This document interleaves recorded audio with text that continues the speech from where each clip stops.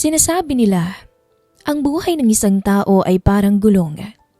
Minsan nasa ibabaw, minsan nasa ilalim. Pero para sa akin, ang buhay ay hindi isang gulong. Ang buhay ay isang mahabang lakaran sa ibabaw ng nag-aapoy na uling, kung saan ang bawat hakbang mo ay mahapdi. At ang tanging pagpipilian mo lang ay ang magpatuloy ka sa paglakad o ang hayaang matupok ka ng tuluyan.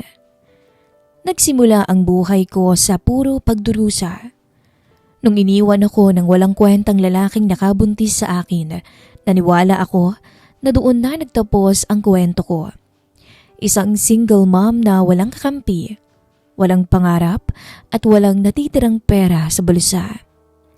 Para mabuhay ang anak ko, pumasok ako sa kung saan-saan. At sa Jeddah, natutunan ko kung paano lumunok ng sariling dugo sa piling ng isang malupit na amo. Bawat pasa sa katawan ko, bawat gabi na nakakulong ako sa madilim na bodega ng walang pagkain, at bawat patak ng luha ko sa ibabaw ng litrato ng anak ko ang nagpapaalala sa akin kung gaano kamura ang buhay ng isang katulong sa ibang bansa.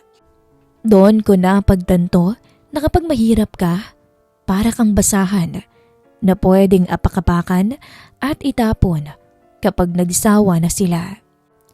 Nung makalipat ako noon sa ibang amo sa Riyadh, ang akala ko ay patungo na naman ako sa isa pang kulungan dahil sa amo kong babae. Pero hindi ko inaasahan na sa gitna ng malamig at nakakatakot na bahay na iyon, may isang lalaking hindi titingin sa akin bilang isang alipin, kundi bilang isang tunay na babae. Ang employer ko, ang amo kong lalaki. Sinasabi rin nila ang kasalanan ay laging may katapat na parusa. Pero paano kung ang kasalanang yun ang tanging paraan para maiahon mo sa dusa ang pamilya mo?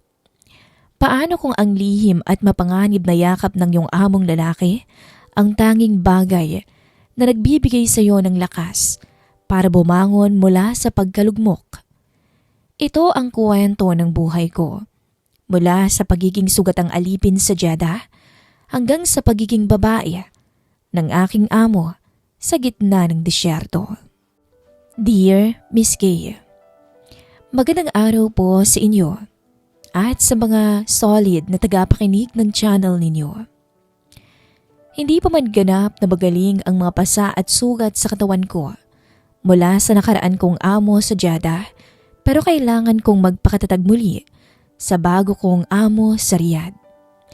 Miss Kay, ako po si Akaya, 34 years old at isang single mom.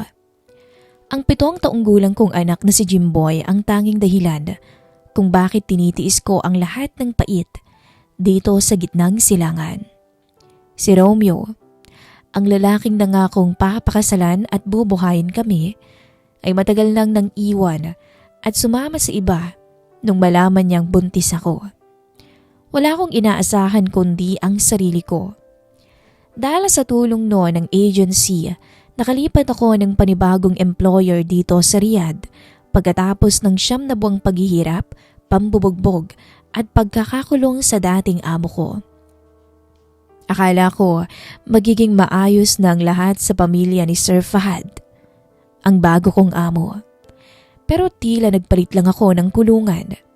Si Madam Padria, ang asawa ng amo kong lalaki, ay walang ibang ginawa kundi ang sigawan at ipahiya ako mula pa nung unang araw ko sa bahay.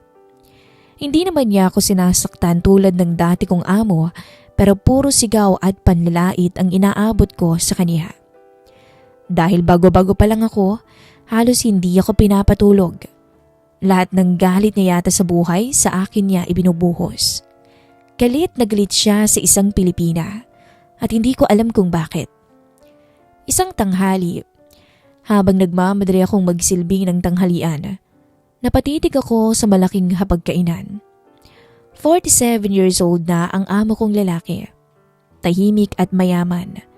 May mga matang tila nakikita ang bawat lihim na tinatago ko. Hindi tulad ng galit na galit niyang asawa. Si Sir Fahad ay laging kalmado at may kakaibang lakas ng dating na tila nagpapatayo ng balahibo ko. "You idiot! Look at this surface! Is this how you clean?" Sigaw ni Madam Badria sa English habang tinuturo ang alikabok sa dulo ng mesa. Bago ako nakasagot, mabilis niyang itinulak ang basong may malamig na juice. Tumapon iyon sa akin. Namimilipit ako sa hiya at takot habang nakayuko. "Clean it up!" Galit na utos ni Madam bago padabog na tumalikod at umakyat sa ikalawang palapag. "Badria, stop yelling!" Marahang boses ni Sir Fahad ang umati sa katahimikan ng silid. Naiwan akong nakatayo doon habang nag-uumpisang manginig ang mga balikat ko sa pagpigil ng pag-iyak. Naalala ko na naman ang ginagawa sa akin na purong kabagsika ng dati kong amo. Lalo akong nanginginig sa takot. Dahan-dahang tumayo mula sa kanyang upuan at lumapit sa akin si Sir Fahad. Hinawakan niya ang isang malinis na tissue mula sa mesa. Sa halip na magalit o mag-utos, siya ang nagpunas ng natapon na juice. "I am sorry, sir." Utal kong sabi sa English habang pilit kong tinutulak ang takot sa dibdib ko. "She is always like that." Marahang sabi ni Sir. "She has no heart but you. You don't deserve to be treated this way." Kumabog ang dibdib ko ng napakalakas. Sa loob miski ng ilang taong pagiging single mom at sa impyernong pinagdaanan ko sa nakaraang amo ko, walang lalaking nagsabi sa akin ng may ganitong kaunting lambing at pag-iingat. "Sir, Madam might come back and might hear you." Pilit kong katuwiran habang nakatitig sa kanya. "Let her." Malamig pero mapang-akit niyang sagot. "She is going out later with her sister. We will be alone." Inabot niya ang nanginginig kong kamay at dahan-dahang pinagdaop ang aming mga daliri. Mainit ang kanyang pagkakahawak. Isang contrast sa malamig at malupit na mansyon na ito. "You are safe here with me, Akaya." Bulong niya sa English habang mas lalong lumalapit. "If you stay close to me, no one will ever hurt you again in this house. Not Badria, not anyone." "Sir, why are you doing this?" Mahina akong tanong. Sa nanginginig na boses. Gumiti ang amo kong lalaki. Isang ngiti na puno ng panganib at pangako. "Because I saw you the moment you walked through that door. You are weak, tired, and so beautiful. I like you." Bago ko makagalaw, hinawakan niya ang kamay ko. Sa isang saglit, nawala ang takot ko kay Madam Badria. Nawala ang alaala ng laking dusa ko sa Jeddah.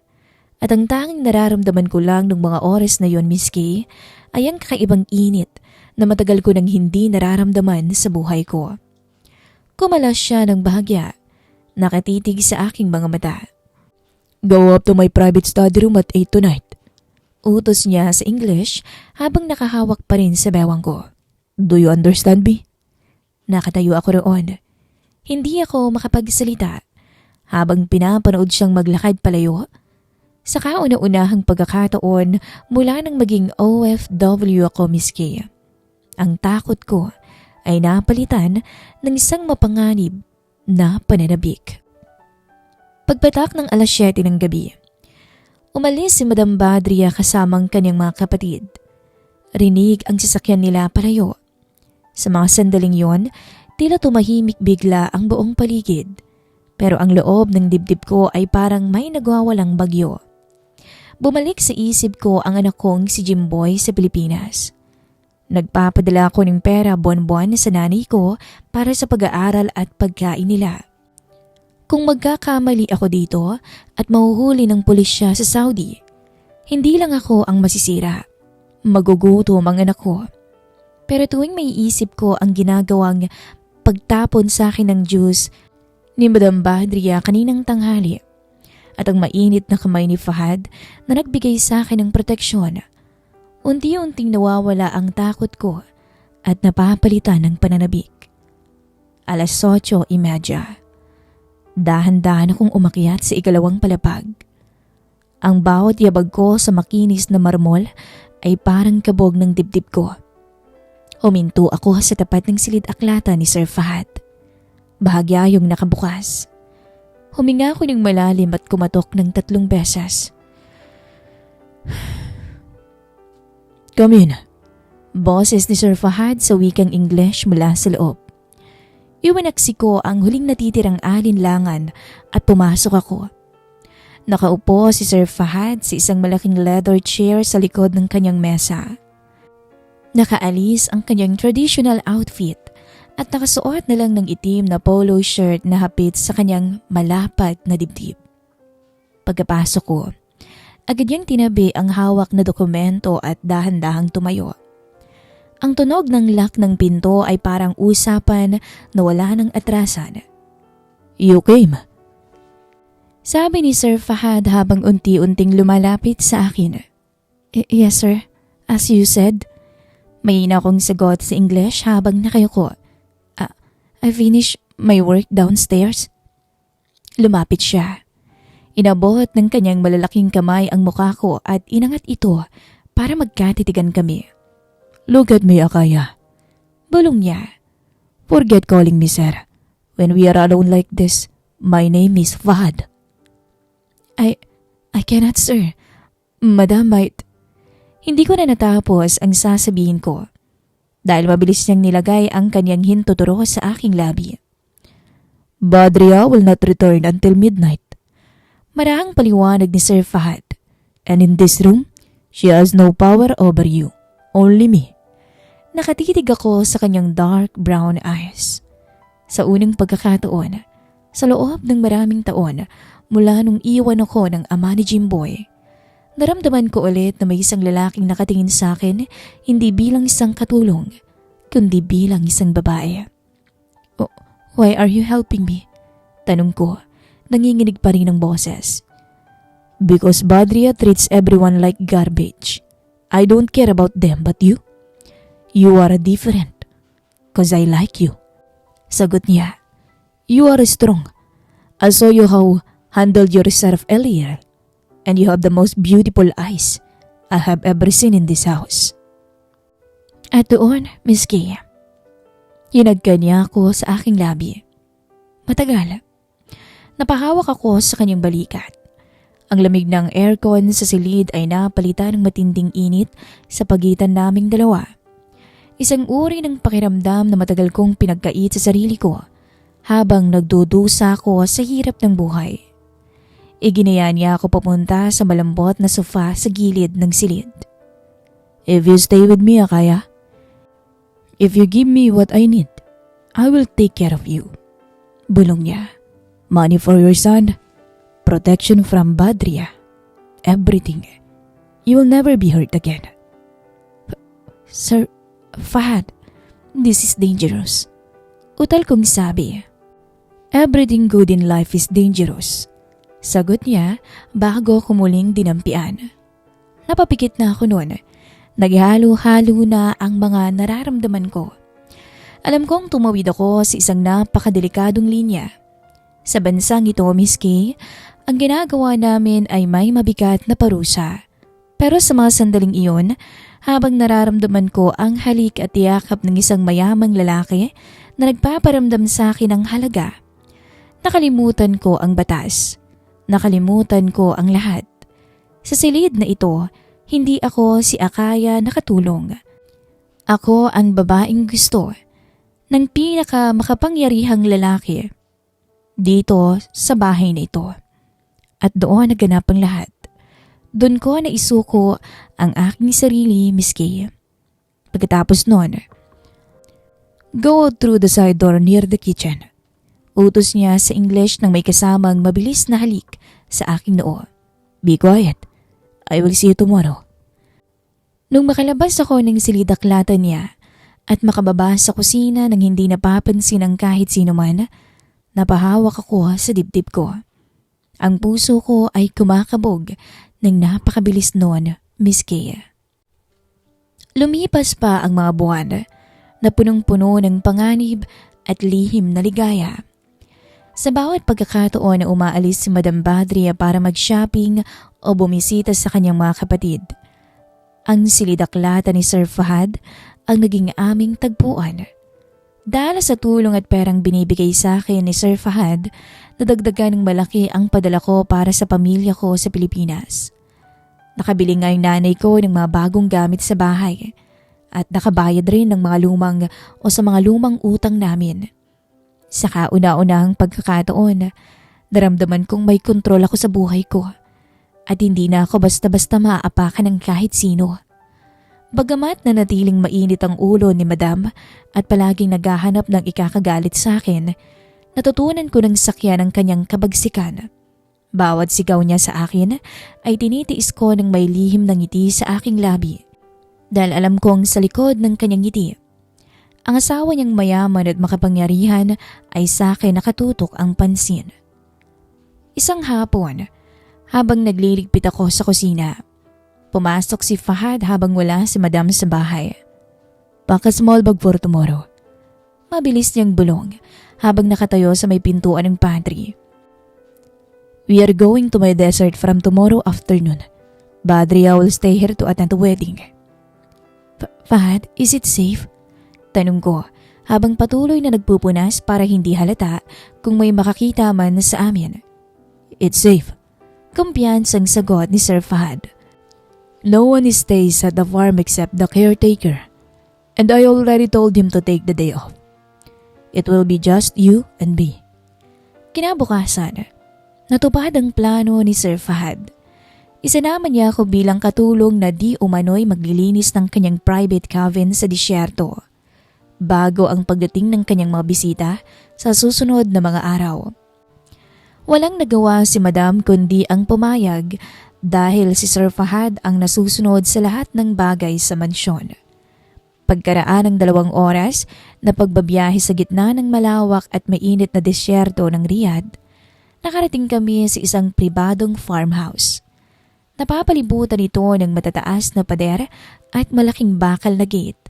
Malayo sa kabihasnan, malayo sa ingay ng lungsod, at higit sa lahat, malayo sa mga mata ng mga taong pwedeng manghusga sa amin. Nung makapasok kami noon sa loob ng magandang rest house, agad na itinarangka ni Fahad ang pinto. Ang lamig ng aircon sa loob ay mabilis na pumatay sa init ng disyerto sa labas. "Finally," bulong ni Sir Fahad sa English habang niyakap naman ako mula sa likod at sinabing, "Finally, no Badria, no housemaid, just you and me." Sa lugar na ito, wala ang takot na nararamdaman ko sa mansyon. Dito, hindi ako isang katulong na pwedeng sigaw-sigawan o tratuhin tulad ng isang basura. Sa mga bisig miski ng amo kong lalaki, pakiramdam ko ay ako ang pinakamahalagang babae sa mundo. Iniharap niya ako sa kanya at tinagkan sa labi. "I don't want this weekend to end, Fahad." Pag-amin ko sa kanya sa pagitan ng aming halikan. "Then don't think about the end," sagot niya.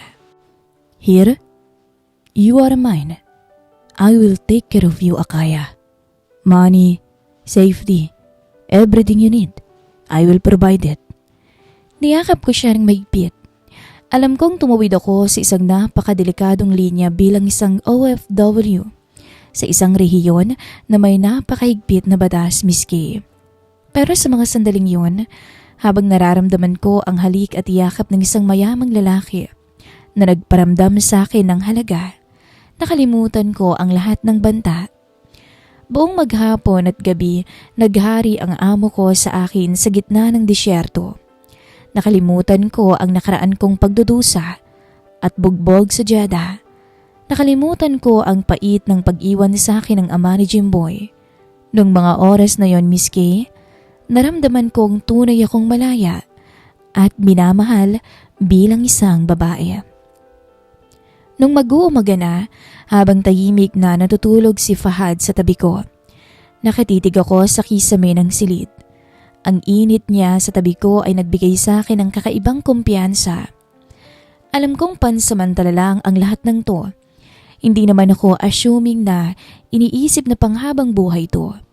Pero habang hawak ko ang puso ni Fahad, handa kong harapin ang anumang ibabato sa akin ng buhay pagbalik namin sa mansyon. Lumipas pa ang mga buwan sa mansyon ni Fahad at Ma'am Badria. Bawat araw ay isang balansing pag-iingat para sa akin.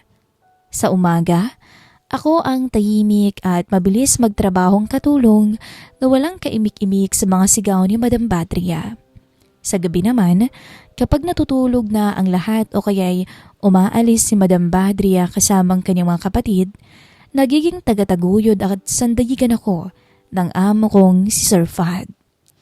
Hindi ako ang akaya na dating nanginginig sa takot tulad ng naranasan ko sa nakaraan kong amo sa Jeddah. Natuto akong maging matatag. Bawat utos at galit sa akin ni Madam dahil sa maliliit na bagay ay natutunan kong tanggapin ng may malamig na pagtitimpi. Dahil sa likod ng kanyang mga mata, ako ang totoong pinapakinggan at pinoprotektahan ng kanyang asawa. Dahil sa aming lihim na relasyon, hindi lang seguridad sa loob ng mansyon ang binigay sa akin ni Sir Fahad. Alam niya ang kwento ng buhay ko bilang isang single mom at ang sakripisyo ko para sa 7 taong gulang kong anak na si Jimboy. Kaya naman buwan-buwan, bukod sa aking opisyal na sweldo na ipinapadala ng agency, lihim na nag-aabot si Sir Fahad ng riyal para sa akin. Sa loob ng 16 na buwan, 16 months, na pananatili ko sa kanila, unti-unting nagbago ang pamumuhay ng pamilya ko sa Pilipinas, miski. Nakabayad ang nanay ko sa mga dati naming utang sa probinsya. Sa ika-12 buwan ko sa kanila, nakapagpatayo ang nanay ko ng isang maliit na tindahan sa bayan. Sa bawat litrato ng bahay at ng anak ko na pinapadala sa akin sa cellphone, napapaluha ko sa sobrang saya. Ang lahat ng tiis at panganib sa Saudi Arabia ay nagkaroon ng malinaw at magandang bunga. Ngunit alam naming dalawa ni Sir Fahad na hindi pwedeng magtagal ang ganitong uri o sitwasyon ng walang nakakahalata. Sa Saudi Arabia, ang karaniwang kontrata ng kasambahay ay 2 taon o 24 months. Pero ayaw ni Sir Fahad na ipatapos pa yung natitirang 8 buwan ko dahil sa 2 mahalagang dahilan. Ayaw niyang mabitag kami sa mga hinala ni Madam Badria. Gusto niyang makauwi ako ng ligtas sa aking anak habang maayos pa ang lahat. Isang gabi, habang nasa kanyang private office kami at tahimik na nag-uusap, inilabas ni Sir Fahad ang aking pasaporte kasamang isang brown envelope. Akaya, marahang panimula ni Sir Fahad habang hawak ang aking 2 kamay. You have been here for 16 months now. Look at what you have accomplished for your son. Nakatitig ako sa kanya habang nanginginig ang aking boses. Fahad, my contract is 2 years. I still have 8 months left. Umiling siya at dahan-dahang ngumiti. No, as your employer, I have the legal power to process your final exit visa anytime. I already bought your plane ticket for tomorrow night. Kumabog ang dibdib ko sa gulat at lungkot dahil sa sinabi niya. Why? Why so soon? Tanong ko. Because Badria is getting more observant every day. Paliwanag ni Sir Fahad habang nakatitig ng tapat sa aking mga mata. I don't want you to risk your safety here. You came to Saudi Arabia to save your family, not to live in fear forever. You already have enough money. Your house is finished. And your store is doing well. You don't need to work as a maid anymore. Ilalagay niya sa mga kamay ko ang envelope. Sa loob nito ay ang aking opisyal na sweldo, ang aking exit clearance at isang cash bonus. I will miss you. I will miss you, Fahad. Mahina akong sabi habang pumapatak ang aking luha. I will miss you too, Akaya. Bulong niya bago niya niyuko ang kanyang ulo at hinalikan ako ng matamis at maingat sa labi. Isang huling halik ng pamamaalam at pasasalamat. You made this cold house feel alive. now go home and be a full-timer mother to Jimboy. Kinabukasan, walang nangyaring ingay o gulo. Ipinaalam ni Sir Fahad kay Madam Badria na inaprobahan niya ang maagang pag-uwi ko dahil sa aking pansariling dahilan sa pamilya ko sa Pinas. Hindi naman naghinala si Madam Badria. Simpleng tumangulang to at binigay ang huling gamit ko. Walang kaalam-alam na ang katulong na dati niyang hinahamak at tinatapunan ng kung ano-ano ay lubos nang nabago ang buhay dahil sa kanyang sariling asawa. Kinagabihan, si Sir Fahad mismo ang naghatid sa akin sa airport ng Riyadh. Bago ako bumaba, nagkatitigan kami sa huling pagkakataon. Walang dramatikong eksena, kundi isang tahimik na pagrerespeto sa isa't isa. Nung makasakay ako sa eroplano at nagsimula itong lumipad pa itaas, nakatitig lang ako sa mga ilaw ng lungsod ng Riyadh na unti-unti nang lumiliit sa ibaba. Naalala ko ang buong paglalakbay ko, ang dusa ko at pasa mula sa nakaraan kong amo sa Jeddah, ang pait ng pagiging abandon ni single mom, ang takot kay Madam Badria, at ang lihim na pagmamahal at proteksyon na binigay sa akin ng isang lalaking hanggang ngayon ay minamahal ko, si Sir Fahad. Nung lumapag sa Maynila ang eroplano, pagkalipas ng ilang oras, nakita ko si Jimboy sa arrival area. Mas matangkad na, tumakbo patungo sa akin habang sumisigaw ng mama. Niyakap kong anak ko ng napakahigpit habang umaagos ang luha ng kagalakan sa aking mga pisngi. Ang dating mahina at sugatang si Akaya ay nakauwi ng ligtas at handa para sa isang magandang bagong simula kasama ang kanyang anak. Sa ngayon, Miss Kay, sa bayan ng Cavite, hindi na alikabok ng disyerto ang gumigising sa akin tuwing umaga. Minsan, kapag tahimik na ang gabi at nakaupo ako sa beranda ng aming bahay, pumapasok sa isip ko si Fahad. Walang nakaalam sa aming lihim sa Saudi Arabia. Kahit ang nanay ko ay hindi ako nagsabi sa kanya o kahit ang anak kong si Jimboy. Nanatili yun sa puso ko bilang isang pambihirang kabanata ng aking buhay. Isang alaalang hanggang siguro sa huling hininga ko, hindi ko makakalimutan. Hindi man naging tama sa mata ng mundo ang naging paraan ng aming pagsasama. Hindi ko maikakaila, Miss Kay, na ang lalaking yun ang naging dahilan kung bakit ako nandito sa kinatatayuan ko ngayon. Siya ang naging daan para maiahon ko ang aking sarili at ang aking pamilya. Miss Kay, hanggang ngayon, hindi na ako muling naghanap pa ng ibang lalaki. O hindi na rin ako naghangad na mag-asawa pa.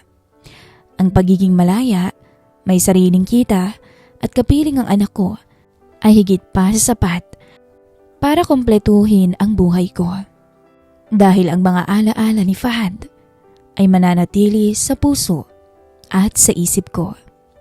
Nang marinig ko ang yabag ng masayang boses ni Jimboy na tumatawag ng "Mama, kain na tayo," napangiti ako ng buong puso. Inayos ko ang aking damit, huminga ng malalim sa malamig na hangin ng Cavite at dahan-dahang pumasok sa loob. Ligtas ako, buong buo, at nag-iisang reyna sa sarili kong tahanan. Hanggang dito na lamang po ang kwento ng aking buhay, Miss Kay. Maraming salamat po sa inyong programa.